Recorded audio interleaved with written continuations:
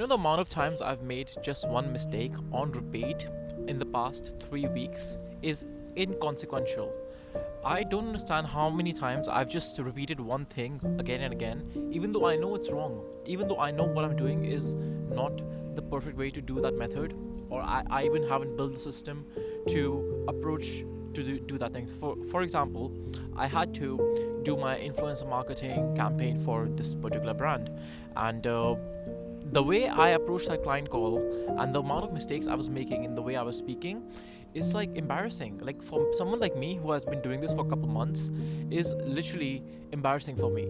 And I don't understand like at what point will I be able to be so systematic towards something where I don't even have to think before approaching that thing, because it's just like so embedded in me. And that's how professional I want to become in approaching my client calls for any campaign I do, for any influencer marketing thing I do. Like literally, because this is my passion and I want to do this. I know that I'll be good at it for a very, very long time, and this is my industry for probably a decade. So yeah, like just make enough mistakes to know what's wrong, and you need to be fast enough to pivot. You need to be fast enough to know that you're making enough mistakes and do so much in one day that anyone who's doing the similar things in about a week, that you have more experience and you're faster and you've just made more mistakes, and that's it. And that's the way to approach life. So that's one mistake which I made in the past few weeks, and that's why this video is being uploaded very, very late. The second mistake which I was making is don't hire across time zones, because the whole thing with your core team of your startup is very, very important for you to stay in touch with each other. Let's say within 30 to 20 minutes they should reply to you, to your text or your Slack messages, or if you're on a same Discord channel or whatever way you communicate. Because the thing is that if you hire across time zones, let's say your co-founder is in Canada, your CTO is in India, then the problem will be that by the time they reply to your messages, their work day might be over, or they're just starting their work out, and they're just like doing something, they're just driving, or they're doing like that's like the issue with hiring across time zones. And that's what I've noticed. So if you are based in UK, hire someone who's based in Europe, hire someone who's based in Cape Town or Africa. Like that's like the same time zone, like the hours are not that different. And if you want some advisors in your company, then you can hire across time zones, that's fine. Otherwise, just hire in one time zone. That's like the best advice which I can give you. Because if you're not fast enough to know this mistake either, then this could go on for months and months, and you'll still be wondering, why are we so slow?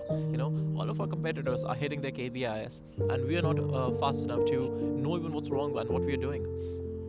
And by the way, I'm gonna share like a whole list of things which you can do with Notebook LLM, which is an amazing AI tool by Google. So hit the subscribe button if you want, and turn on your notifications, because I'm gonna drop that very, very soon. And for example, which I want to give for hiring across the time zones, this whole mistakes and shenanigans which I did in the past couple of weeks, I realized that if I didn't pivot, and if I just kept on going in one direction, and if I didn't fire those people in my team, then basically my mistakes would never ever be corrected. And I'm basically sitting in a car and I'm going in the wrong direction. I'm just like keep on going, rather than pivoting and going to the actual place which I wanted to do. The destination will not achieve itself before I actually hop on the right track. Then that's the mistake which I was making again and again. And this mistake is going to cost me a lot. It's going to cost me a lot of like meetings, because I have to raise before April 6th, because that's the day everybody in UK pays their taxes, and also they get the tax reliefs. So the best time to raise as a startup is like literally from now until April 6th, and that's not a long time. That's like a month and 10 days literally. So yeah, like I'm very scared on what's going on. Things are not really happening as planned as they should, or they're not really as systematic as they should be. But I know things are never going to be perfect, and you just have to like be okay with a lot of that stuff. One more thing which happened recently was that I was in a VC meeting, which is called basically a venture capital meeting, and this guy from Singapore or Malaysia, he was asking me questions and questions and questions, which had basically I wouldn't say like nothing to do with my startup, but I'm just like saying that if you're raising money and you're expecting to know that everything you know will be will be asked by the VC or the angel or whatever, most likely not. Most likely you would have to like make something up or just say that I'm gonna get back to you within a couple hours, because the thing is that they can just ask you anything. That's it. Like they can just ask you like if they have another businesses where your company will be able to help them. They will be able to ask you like, why are you the perfect person for this, for the startup? Why do you deserve so much equity? Why are you raising at that valuation? Like, all that stuff. Like, it's obviously very very important to know that you have to know your worth, your about your startup, left, right, down and up, like as much as you can, and still know that you could mess up and things won't go as you expected. So that's one thing. Um, and the final thing which I want to talk about right now is the progress of Influencer Connect. So in about 4 days, I'm going to pitch in front of 180 investors, and these are the people I've pretty much never met, but I think they know me. They don't. I don't know. It's a weird feeling to pitch in front of so many people, because I've never done that before, and I'm really looking forward to it.